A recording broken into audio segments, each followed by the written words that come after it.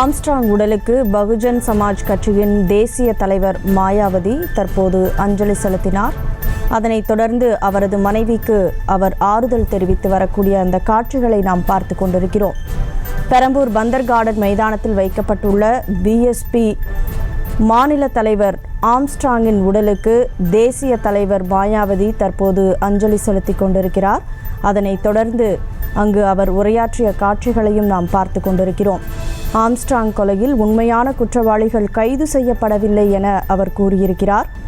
அவரது கொலை மிகுந்த அதிர்ச்சி அளிப்பதாகவும் அவர் தெரிவித்திருக்கிறார். ஆம்ஸ்ட்ராங் கொலையில் உண்மையான குற்றவாளிகள் கைது செய்யப்படவில்லை என மாயாவதி கூறியிருக்கிறார்.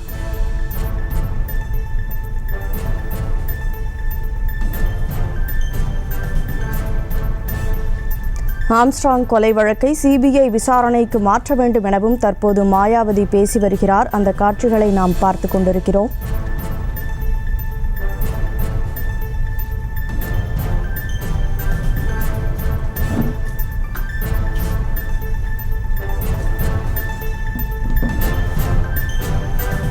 சென்னை பெரம்பூரில் வைக்கப்பட்டிருக்கக்கூடிய ஆம்ஸ்ட்ராங்கின் உடலுக்கு முன்னதாக தேசிய தலைவர் பிஎஸ்பியின் தேசிய தலைவர் மாயாவதி அஞ்சலி செலுத்தினார். அதனைத் தொடர்ந்து அவரது மனைவிக்கு ஆறுதல் தெரிவித்தார். தொடர்ந்து அங்கு அவர் உரையாற்றி வருகிறார். அப்போது பல்வேறு விஷயங்களை அவர் பேசியிருக்கிறார். ஆம்ஸ்ட்ராங் கொலை வழக்கை சிபிஐ விசாரணைக்கு மாற்ற வேண்டும் எனவும் அவர் தெரிவித்திருக்கிறார்.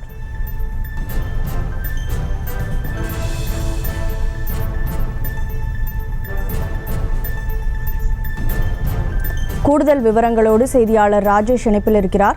வணக்கம் ராஜேஷ், முழு விவரங்களை வழங்கலாம். வணக்கம். தமிழ்நாட்டில் தமிழக பிஎஸ்பியினுடைய மாநில தலைவராக இருந்த ஆம்ஸ்ட்ராங் அவர்கள் நேற்று முன்தினம் படுகொலை செய்யப்பட்ட விவகாரத்தில் தொடர்ந்து அவரது உடல் போஸ்ட்மார்ட்டம் எல்லாம் செய்யப்பட்டு தற்போது நேற்று இரவு அவரது உடல் கொண்டு வந்து அவரது இல்லத்தின் அருகில் வைக்கப்பட்டிருக்கிறது.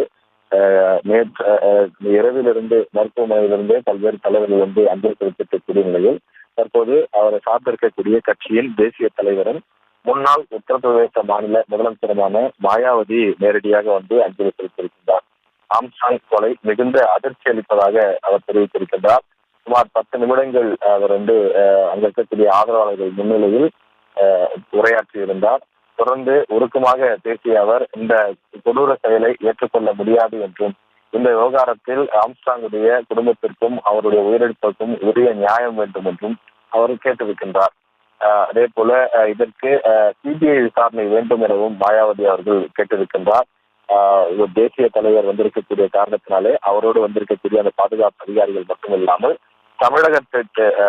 தமிழக அதிகாரிகளும் காவல்துறை அதிகாரிகளும் தற்போது அதிகாரிகளில் குவிக்கப்பட்டு அவர்களும் தற்போது காவல்துறை பாதுகாப்பை அறிந்து வருகிறார்கள்.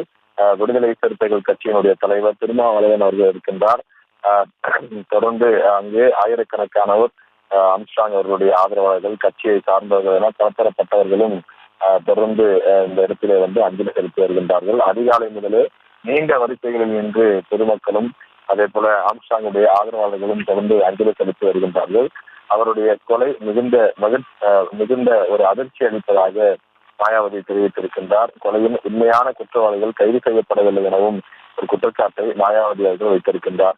அதாவது ஏற்கனவே 8 பேர் கைது செய்யப்பட்ட நிலையில் நேற்று மேலும் சிலர் கைது செய்யப்பட்டார்கள். அவ்வளவு பேர் கைது செய்யப்பட்டிருந்தாலும் கூட அவர்கள் உண்மையான கொலையாளிகள் கிடையாது. அவர்கள் உண்மையான அந்த கொலையாளிகளை யாருன்னா கண்டுபிடித்து அவர்கள் வந்து கைது செய்யப்பட வேண்டும்.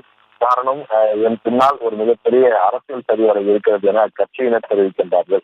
காரணம், அரசியல் கட்சியினர், அதாவது இது ஒரு அரசியல் கட்சியினுடைய தலைவர் என்பதனாலே அவர் செய்யப்பட்டிருப்பது அரசியல் படுகொலை எனவும் தெரிவித்திருக்கின்றார்கள். இது ஏதோ முன்விரோதம் காரணமாகவோ அல்லது பழிக்கு பழி வாங்குவது போன்றோ இது கிடையாது என்றும் அந்த கட்சியை சார்ந்தவர்கள் குறிப்பிட்டு வருகிறார்கள். அதையேதான் தற்போது அக்கட்சியினுடைய தேசிய தலைவராக இருக்கக்கூடிய மாயாவதி அவர்களும் தெரிவித்திருக்கின்றார். தொடர்ந்து மாயாவதி பார்த்து அங்க இருக்கக்கூடிய ஏராளமான தொண்டர்கள், அந்த கட்சியை சார்ந்தவர்களும் கதறி அழக்கூடிய அந்த காட்சியை இந்த இடத்திலே பார்க்க முடிகின்றது. அதாவது ஏற்கனவே மாயாவதி 2008 காலகட்டங்களில் தமிழ்நாட்டுக்கு வந்தபோது ஒரு மிகப்பெரிய மாநாடு என்பது அக்கட்சி சார்பில் சென்னையிலே போடப்பட்டது. அப்போது ஒரு பெரிய எழுச்சி இருந்ததாக குறிப்பிடுவார்கள். அதே போல தொடர்ந்து அந்த கட்சியை வளர்ப்பதற்காகவும், குறிப்பாக பட்டியல் சமூக இளைஞர்கள் மட்டுமில்லாமல் பிற்படுத்தப்பட்ட இளைஞர்களும் தொடர்ந்து கல்வியில முன்னேற வேண்டும், அவர்கள் சமுதாயத்தில் முன்னேற வேண்டும் என்று பல்வேறு விஷயங்களை செய்து வந்தவர் ஆம்ஸ்ட்ராங் என்று இங்கு வரக்கூடியவர்கள், தலைவர்கள், அவருடைய ஆதரவாளர்கள் என பலரும் கருத்து தெரிவித்து வருகின்றார்கள். இந்த நிலையில் அவரது உடலுக்கு அக்கட்சியினுடைய தேசிய தலைவர் மாயாவதி ஆம்ஸ்ட்ராங் அவர்களது உடலுக்கு மலர் வளையம் வைத்து அஞ்சலி செலுத்தியதோடு அவரது குடும்பத்திற்கும் ஆறுதல் தெரிவித்திருக்கிறார். இந்த வேளையில் மாயாவதியை பார்த்து அவரது மனைவி பொற்கொடி கதறி அழுகக்கூடிய அந்த காட்சியை காண்போரை மிகுந்த உருக்கமுறை செய்தது. காரணம், அவருடைய அந்த படுகொலைக்கு பல்வேறு காரணங்கள் சொல்லப்பட்டாலும் கூட அவருக்கு திருமணமாகி 2-3 ஆண்டுகள் தான் ஆகின்றது. ஒரு இளம் குழந்தை, 1 வயது இருக்கக்கூடிய குழந்தை, சமீபத்தில் தான் அவருடைய குழந்தைக்கு பிறந்த நாள் கொண்டாடப்பட்டது. எனவே வரக்கூடியவர்கள் அந்த விஷயங்களை எல்லாம் கூறி அண்ணன் வாழ வேண்டும் என்று நினைத்தார், அவர் குடும்பத்தோடு மகிழ்ச்சியாக இருக்க வேண்டும் என்று நினைத்தார், அவரை இப்படி அநியாயமாக கொடூரர்கள் இப்படி படுகொலை செய்து விட்டார்களே, இனி அந்த குடும்பத்திற்கு யார் விட்டார்கள், அந்த குழந்தையின் எதிர்காலம் என்ன ஆவது என்றெல்லாம் சொல்லி பலரும் கதறி அழுது பிடிக்கின்றார்கள். வரக்கூடியவர்கள் அனைவருமே ஆண்கள் பெண்கள் என்ற எந்த வித்தியாசமும் இல்லாமல் அவர்கள் கதறி பிடிப்பதை பார்க்க முடிகின்றது. இங்கே வரக்கூடியவர்கள் அவர்களுடைய ஆதரவாளர் என்பதை தாண்டி ஆம்ஸ்ட்ராங் அவர்களை தன்னுடைய குடும்பத்தில் ஒருவராகவே கருதுகிறார்கள். என்னுடைய அண்ணன் போய்விட்டாரு, என்னுடைய சித்தப்பா போய்விட்டாரு என்றெல்லாம் அவர்கள் சொல்லி அழுகின்றார்கள். அந்த அளவிற்கு ஒரு உறவு முறையோடு அவர்கள் தொடர்ந்து பழகி வந்ததை பார்க்க முடிகின்றது. இப்போது மாயாவதி அவர்கள் தேசிய தலைவர், அந்த கட்சியினுடைய தேசிய தலைவர், பகுஜன் சமாஜ் கட்சியினுடைய தேசிய தலைவர் மாயாவதி தற்போது இங்கே வந்திருக்கின்றார். ஆம்ஸ்ட்ராங் அவர்களது உடலுக்கு மலர் வளையம் வைத்து அஞ்சலி செலுத்தியிருக்கின்றார். இந்த கொலையில் இன்னும் பலர் கைது செய்யப்பட வேண்டும் எனவும், குறிப்பாக உண்மையான குற்றவாளிகள் கைது செய்யப்பட வேண்டும். இப்போது கைது செய்திருப்பவர்கள் வெறும் கூலிக்கு மாறிவிட்டவர்கள், அவர்கள் கூலிக்காக கொலை செய்யக்கூடியவர்கள். இதன் பின்னால் இருந்து ஏவி விட்டவர்கள் யார்? இது ஒரு அரசியல் படுகொலை. எனவே இதன் பின்னால் இருக்கக்கூடிய உண்மையான பின்புலங்கள் கண்டறியப்பட வேண்டும் எனவும் மாயாவதி கூறியிருக்கின்றார். அது மட்டுமில்லாமல் தமிழக அரசு இதனை விசாரிப்பதை விட சிபிஐ விசாரித்தால் தான் உண்மை வெளிவரும் எனவும் அவர் குறிப்பிட்டிருக்கின்றார்.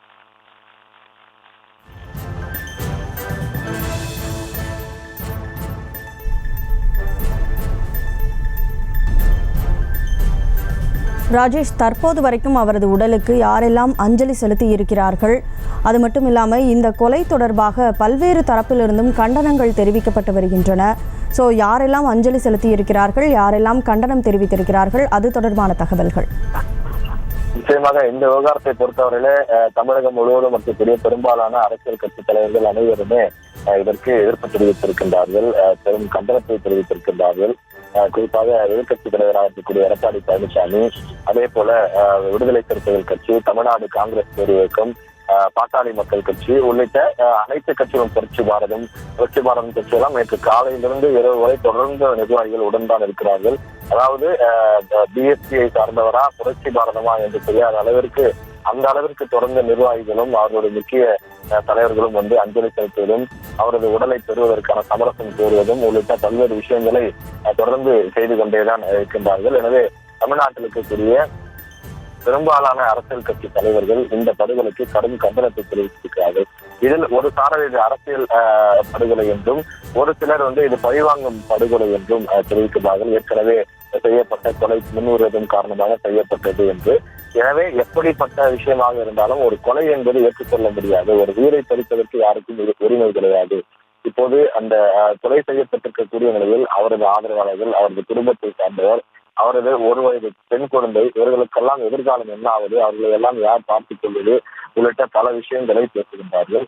குறிப்பாக தமிழ்நாட்டில் இருக்கக்கூடிய பல கட்சிகளினுடைய தலைவர்கள் நேரில் வந்து அஞ்சலி செலுத்தியிருக்கிறார்கள். நேற்று கூட தமிழக அமைச்சர் சேகர்பாபு அவர்கள் நேரடியாக இந்த அஞ்சலி செலுத்தியிருந்தார். அதிமுக சார்பில் முன்னாள் அமைச்சர்கள் ஜெயக்குமார், பெஞ்சமின், பி.வி. ரமணா உள்ளிட்ட பல நிர்வாகிகள் அதிமுக சார்பில் வந்து அஞ்சலி செலுத்தியிருந்தார்கள். அதே போல விடுதலை சிறுத்தைகள் கட்சியின் தலைவர் திருமாவளவன் உள்ளிட்ட பல கட்சிகளை சார்ந்த தலைவர்கள் நேரடியாக வந்து செல்வ பெருந்தகை உள்ளிட்டோர் நேரடியாக வந்து இந்த இடத்தில் மருத்துவமனையிலேயே அஞ்சலி செலுத்தியிருந்தார்கள். அது மட்டுமில்லாமல் அதிகாலையில் அவரது உடல் தற்போது இருக்கக்கூடிய இந்த பள்ளி வளாகத்தில் கொண்டு வந்து வைக்கப்பட்டது. தொடர்ந்து பல கட்சிகளை சார்ந்த நிர்வாகிகள், பல கட்சிகளுடைய தலைவர்கள் என பலரும் வந்து அஞ்சலி செலுத்தி வருகிறார்கள். வரக்கூடியவர்களில் பெரும்பான்மையானோர் சொல்லக்கூடிய கருத்து என்பது, இந்த படுகொலைக்கு பின்னால் யார் இருக்கிறார்கள், அவர்களது உண்மை முகம் வெளியில் கொண்டு வரப்பட வேண்டும். இதன் பின்னால் சதித்திட்டம் போட்டவர்கள், அதை செய்தவர்கள், இந்த கொலை செய்வதற்கு உதவியாக இருந்தவர்கள், உறுதுணை செய்தவர்கள் என அனைத்து தரப்பட்டவர்களும் கைது செய்யப்பட வேண்டும். இதுல இருக்கக்கூடிய அத்தனை பேரும், இந்த சதி வேலையில் ஈடுபட்ட, இந்த கொலையில் ஈடுபட்ட அத்தனை பேரும் கைது செய்யப்பட வேண்டும் என்பதுதான் இங்க இருக்கக்கூடியவர்கள், இங்கு வரக்கூடிய தலைவர்களுடைய அந்த ஒரு கண்டனமாகவும் ஒரு கோரிக்கையாகவும் இருந்து வருகின்றது. பிஎஸ்பியினுடைய தேசிய தலைவராக இருக்கக்கூடிய மாயாவதியும் ஒரு நீண்ட ஒரு உரையை ஆற்றியிருக்கின்றார். அவரை பார்த்ததும் ஏராளமான பிஎஸ்பி தொண்டர்கள் உணர்ச்சி பெருக்கோடு கோஷம் எழுப்பதும் பார்க்க முடிந்தது. ஜெய்பீம் என்றும் தொடர்ந்து அவர்கள் பல்வேறு கோஷங்களையும் எழுப்பி வருகின்றார்கள். உணர்ச்சியை கட்டுப்படுத்த முடியாமல் அவர்கள் வழியில் கதறி துடிப்பதையும் வேதனையில் துடிப்பதையும் பார்க்க முடிகின்றது. அப்படிப்பட்ட சூழ்நிலையில் தொடர்ந்து மாயாவதியும் ஒரு ஒழுக்கமான மனநிலையோடு அங்கு இருக்கின்றார். முதலில் சென்று அவரது குடும்பத்தாருக்கு குறிப்பாக அவர் மனைவி உள்ளிட்டோருக்கு ஆறுதல் செலுத்தினார். அதன் பிறகு அந்த உடல் வைக்கப்பட்டிருக்கக்கூடிய இடத்திலே மலர் வளையம் வைத்து அஞ்சலி செலுத்தி உடன் இருக்கக்கூடிய நிர்வாகிகள் சிலருக்கும் ஆறுதல் தெரிவித்தார். அது மட்டுமில்லாமல் அங்கு கூடியிருக்கக்கூடிய ஆயிரக்கணக்கான அந்த தொண்டர்களை நோக்கி அவர்களுக்கு ஒரு ஆறுதல் சொல்லக்கூடிய வகையில் ஒரு உரையாற்றி இருக்கின்றார். மாயாவதி அவர்கள் தமிழகத்தினுடைய வருகை என்பது ஓரிரு முறையே என்றாலும் கூட அவர் தொடர்ந்து இங்கு பிஎஸ்பி கட்சியை தொடர்ந்து வளர்த்திருக்கக்கூடிய பணியை தொடர்ந்து ஆம்ஸ்ட்ராங் செய்து கொண்டிருந்தார். எனவே அவர், அதாவது ஒரு தேசிய தலைவர் நேரடியாக தமிழ்நாட்டுக்கு வந்து கட்சியை வளர்க்கவில்லை என்றாலும் கூட இங்கு அடிக்கடி மாநாடுகள் அல்லது பொதுக்கூட்டங்கள் போன்றவை தலைவர் வந்து கலந்து கொண்டு நடைபெற்ற கூட்டமாக நடைபெறவில்லை என்றாலும் அந்த இடத்தை, அந்த பொறுப்பை முழுவதுமாக ஆம்ஸ்ட்ராங் ஏற்று நடத்தி வந்தார். அதாவது இங்கு வரக்கூடியவர்கள் சொல்வது அவர் ஒரு கட்சியை நடத்தினார் என்பதை தாண்டி இங்க இருக்கக்கூடிய பட்டியல் சமூக இளைஞர்கள், அதே போல பிற்படுத்தப்பட்ட, மிகவும் பிற்படுத்தப்பட்ட சமுதாயத்தை சார்ந்த இளைஞர்கள், தொடர்ந்து சமுதாயத்தில் பின்தங்கிய நிலையில் இருக்கக்கூடியவர்கள், அவர்களுடைய எழுச்சிக்காகவும் அவர்களை மீட்டு மேலே கொண்டு வர வேண்டும் என்பதற்காகவும் பல்வேறு உதவிகளை செய்திருக்கின்றார் என்று குறிப்பிடுகிறார்கள். குறிப்பாக இதுவரை அவர் ஒரு சுமார் 500 வழக்கறிஞர்களை உருவாக்கி இருப்பார். அந்த அளவிற்கு வழக்கறிஞர்களாக படித்து வர வேண்டும் என்பதிலே அவர் மிகுந்த ஆர்வத்தோடு இருந்தார். காரணம், அவர் அம்பேத்கர் அவர்களுடைய மாணவராகவும் அம்பேத்கர் அவர்களுடைய சீடராகவும் செயல்பட்டார். அந்த அளவிற்கு அம்பேத்கர் அவர்கள் மீது ஒரு மிகப்பெரிய பற்று கொண்டவராக இருந்தார். எனவே அம்பேத்கரை போலவே இந்த இளம் சமுதாயம் சட்ட ரீதியாக படித்து தொடர்ந்து அவர்கள் ஒரு சமுதாயத்தினை மேம்பட்டவர்களாக இருக்க வேண்டும் என்று கருதினார் என்று குறிப்பிடுகிறார்கள். செய்திகளை உடனுக்குடனும் துல்லியமாகவும் தெரிந்து கொள்ள சப்ஸ்கிரைப் பண்ணுங்க.